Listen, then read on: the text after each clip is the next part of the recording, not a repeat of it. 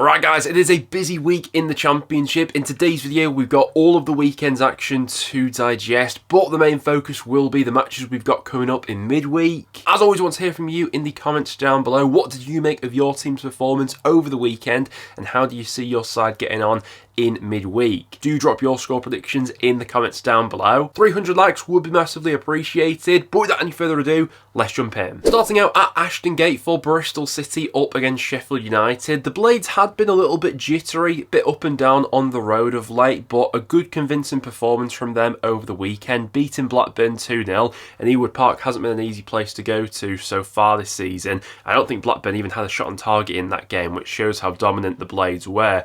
Going up against this Bristol City side won't be easy right now. They're unbeaten in their last 8 Championship matches. Alright, a lot of those games have ended as draws, but myself being a Preston fan, I obviously got to see Bristol City over the weekend. While there was a huge amount of fortune with their first goal that should have been disallowed if the referee had seen it, the second and third goals especially were just real quality from Bristol City, and I mean, this team can just be absolutely devastating on the counter-attack, can't they? And that's why I sort of think they favour these sorts of matches against the big boys especially. You know, Sheffield United will look to come into this game, dominate, push high up the pitch, but Bristol City just have such a threat with going in behind, with fast transitions and stuff like that, that I do think they will cause Sheffield United some problems in this match. Score prediction for me, I'm going to go level. 1-1 draw, I'm saying. Bristol City have been very draw heavy, but the Blades aren't easy to play right now. Next up we go to Oxford up against Hull City. Both sides could really do with a result in this one. Oxford now without a win in their last 8 league matches. Hull without a win in their last 5 games. So 3 points in this one could be absolutely vital to either side. From an Oxford perspective, I didn't think they were great over the weekend against Swansea. It was definitely their worst home performance of the season so far. 2-1 in the end. Dane Scarlett scored that goal to get Oxford back into it late on, but for a lot of that game, Swansea looked quite comfortable. They dominated the ball, had the better chances, and in the end, Des Buckingham's men were well beaten. With that being said, this isn't a bad time to be playing Hull right now, who aren't exactly firing on all cylinders themselves. Over the weekend, they played out a 1-1 draw with Portsmouth.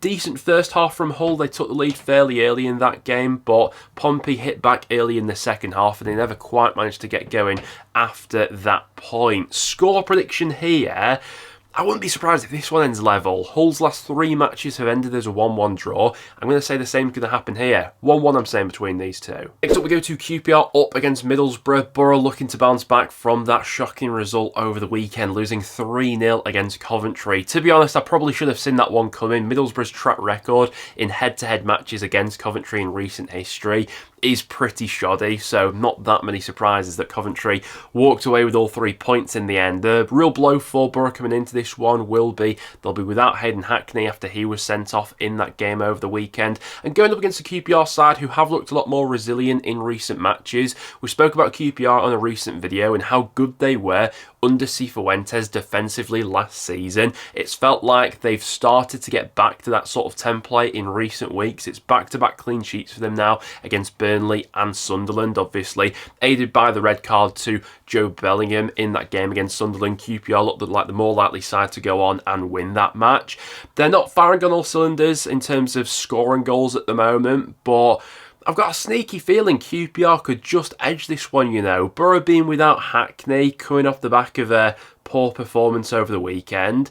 I'm going to go 1-0 QPR there. Back a little bit of an upset maybe. Next up to Hillsborough for Sheffield Wednesday up against Norwich, and oh my word, what on earth happened to Sheffield Wednesday in that second half against Watford? They were absolutely dismantled in that second 45 minutes. Watford had an XG of 3.5 in the second half alone. It was an absolute bloodbath, and I mean, they have to have some sort of a reaction coming into this midweek match against Norwich. Now, from a Norwich perspective, they're obviously going into the weekend's game against Cardiff on a decent run of form, unbeaten in their last 7 matches. Would have had all 3 points had that game ended in the 88th minute, but Cardiff strike back with 2 late goals, and ultimately Norwich walk away from that game without a point. You can really see the injuries starting to accumulate and really affect that Norwich side right now. Looking at that starting 11 they put out against Cardiff, I mean, it's nowhere near their strongest side, is it? Losing Sargent in particular for the next few weeks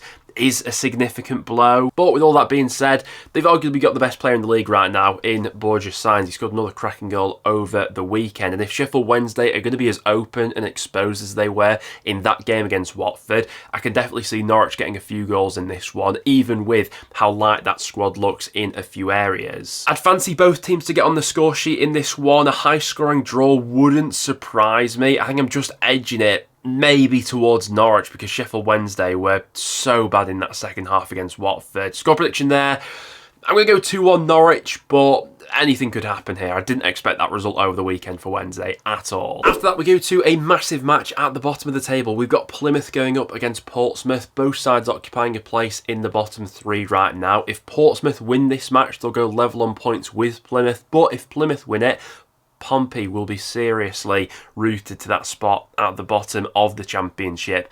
The positive way to spin Portsmouth and their away form of late is they have picked up 4 points in their last 3 away matches. Obviously, a draw over the weekend with Hull City. And in isolation, I don't think that's a bad result, but you look at the overall context with Pompey right now, they desperately need that second win of the season as soon as possible. I do think this will be a competitive game here. Plymouth were well beaten over the weekend away at Leeds. I think we all saw that result come in, to be honest with you, but home park has been where they've picked up the vast majority of their points so far this season. They tend to hit the back of the net quite regularly as well in these home matches. Plymouth have scored 11 goals in their last 4 home games. Obviously, that last home game was that bonkers 3-3 draw against Preston. Like is the case with a lot of Championship clubs right now, injuries are affecting both of these sides. I just think with home advantage, I'm edging it towards Plymouth here. Score prediction for me, I'm going to go 2-1 Plymouth in that game. After that, we go to the Liberty for Swansea up against Watford, and I have to tip my hat to Watford and Tom Cleverley. I did not see that result or performance coming over the weekend against Sheffield Wednesday whatsoever. To score 6 goals, 5 of them coming in the second half, it was just absolutely brilliant stuff. They were cutting apart Sheffield Wednesday at will, really. I don't think this game against Swansea will be as much of a goal fest, but who knows what's possible. This is why we love the Championship. And I mean, that result for Watford was especially unpredictable because generally speaking, their away form has been pretty poor this season. You know, most of the points that Watford have picked up until this point have come at Vicarage Road, but real statement performance and result over the weekend. And how Swansea deal with their attacking threats will be interesting because generally speaking, Swansea have been one of the best defensive sides in the league so far this season. It's just been at the opposite end of the pitch where they've been having problems, but they finally got back on the score sheet over the weekend, beating Oxford away from home 2-1, and I do think it was a deserved 3 points as well. Had the better chances in that game, dictated the tempo of that one as well, and hopefully from a Swansea perspective, these are the building blocks to kick on now, and they'll start to hit the back of the net a little bit more regularly. Score prediction for me here, I think it'll be tight. I'm going to go for a 1-1 draw between these two. Don't think Swansea tend to give away that much to the opposition, but I can't back against Watford after that crazy result over the weekend. After that, to Ewood Park for Blackburn up against Stoke City. For Blackburn, it was their first defeat at Ewood Park over the weekend, losing 2-0 against Sheffield United. Was always going to be a very tough game with how good the Blades have been so far this season, but a little bit underwhelmed by Blackburn's overall performance there. They'll certainly be looking to bounce back in this one against Stoke, who themselves, they picked up a good result over the weekend, beating Derby 2-1, got into some really good areas in that game. Tom Cannon hitting the back of the net once again. He's now got 6 goals in his last 7 matches across all competitions. The real issue that Stoke have got at the moment probably does relate to their away form. They've only hit the back of the net once in their 6 away matches so far this season, so they're starting to pick up points a little bit more regularly at home now. Their away form is what they need to sort out if they want to properly push up the Championship table this season. With that being the case, and as Blackburn tend to be quite good at home, I think Blackburn could just edge this one in a tight 1-0 home victory, but that one could be close. Next up, we then go to Coventry up against Derby, and are we seeing Coventry start to click? It was a cracking result over the weekend, beating Middlesbrough 3-0. That's now 6 goals they've scored in their last 2 matches. Alright, Coventry were aided by the fact that Hayden Hackney was sent off early. But regardless of that, it was still a cracking result for Mark Robins' men. It's the first time this season they've put together back-to-back wins in the Championship, and I wouldn't put it past them, making it 3 wins on the bounce in midweek. Derby find themselves in a little bit of a rut right now. They've only won 1 of their last 8 league matches. Obviously, it was a loss over the weekend away at Stoke City. The goals that Coventry is starting to score right now, how vulnerable Derby have looked in a couple of matches of late. I'm going to back Coventry for a win in this one. 3-1 Coventry. I'm back in for that game. And next up, we're off to the Den for Millwall up against Leeds United. This fixture's always bound to be tasty, isn't it? And it's two sides coming into this game on a decent run of form right now. Both sides coming off the back of a win over the weekend. Leeds with a really dominant display against Plymouth. Could have been even more convincing. They scored their 3 goals in the end. All 3 of those goals coming in the first half, but just total dominance from Daniel Farke's side. They had 23 shots and 79% possession in that game, and didn't allow Plymouth a single shot on goal. You'd like to think that Millwall will give them a bit more of a run for their money in this game. Cracking result for Neil Harris's men over the weekend, beating Burnley in what we all thought would be a really tight affair. I was fancying Millwall to get something out of that game. I backed it to be a 0-0 draw, but in the end it was Jake Cooper who was the decisive player in that fixture. For Millwall, they're now up to 7th in the league. Unbeaten in their last 5. They've kept 4 clean sheets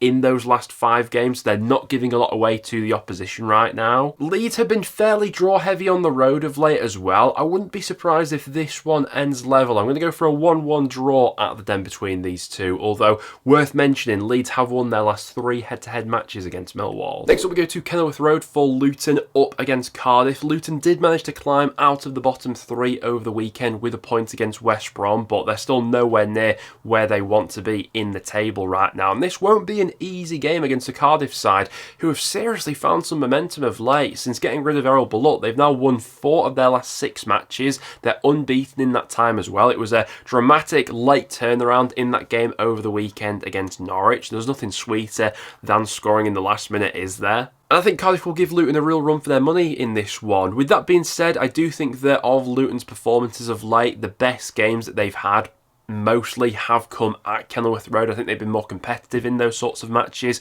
compared to how they've been on the road of late. That makes me think that this one will be pretty tight, and I'm going to go for a draw here. 1-1 between these two. Don't think there'll be all too much in it. Next up we go to Sunderland up against Preston North End. Not a great weekend for North End fans. It was a 3-1 loss to Bristol City. There was obviously a lot of controversy around Bristol City's opening goal, but after that, in the second half, Bristol City were the better team. They were much more clinical in the final third, and they caused our backline some real problems. And now, going into this game in midweek against a really good Sunderland side, that does concern me. Preston have now conceded 8 goals in their last 3 matches, and when you're going up against the joint top scorers in the league in Sunderland, that could be a bit of a recipe for disaster. It was the first time under Heckingbottom in the league that we lost at Deepdale. Generally speaking, we have been really competitive in these home matches, but Sunderland will want to get back to winning ways after being held to a goalless draw at QPR over the weekend. The benefit for North End coming into this one will be there'll be no Joe Bellingham, as obviously he'll be serving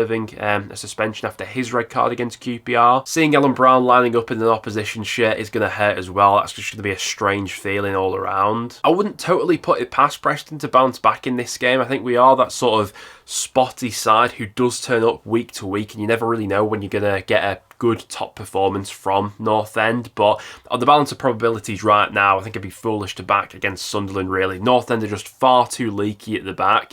I'm going to say 2-1 Sunderland in this game, but hope I'm proven wrong. And then to finish off the midweek fixtures, we've actually got a game taking place on Thursday night. That sees West Brom going up against Burnley, and I'm not going to lie, this one absolutely reeks of a low-scoring draw, doesn't it? West Brom have drawn their last 5 championship matches now. Really could do with a win. They were at a win in their last 7, but they've just been so draw heavy of late, obviously. A draw with Luton over the weekend. Really nice goal from Josh Madger to get them going in that one, but they couldn't hold out for all 3 points. In saying that, it does seem to be a decent time to be playing Burnley, which seems a bit strange when you zoom out and look at their results. Coming into this weekend, they were on the longest unbeaten run of any championship side, but I think most of us saw that sort of result against Millwall coming eventually. The way Burnley have been playing recently, they're not scoring enough goals, they're not creating enough chances. In that game against Millwall, for example, they accumulated an XG of 0.17 despite having 65% of the ball. They're just not doing anything with it. On the flip side of that, they're not conceding many goals right now. That's also the case for West Brom. It really feels like in this sort of tight affair, whoever scores first is going to have such an advantage here. A 1-1 draw wouldn't surprise me. I'm just going to edge it to West Brom. I think they just need to get back to winning ways eventually, and maybe Thursday night under the floodlights at the Hawthorns could be the time to do that. I'm saying 1-0 West Brom, but a 0-0 or a 1-1 wouldn't surprise me whatsoever there. Well guys, there you have it. That will now wrap it up for today's video. Thank you very much for tuning in. If you did go on to enjoy, make sure to leave a like and get all your score predictions in the comments down below. Well, apart from that, thank you very much for tuning in guys, and I'll see you all in the next one.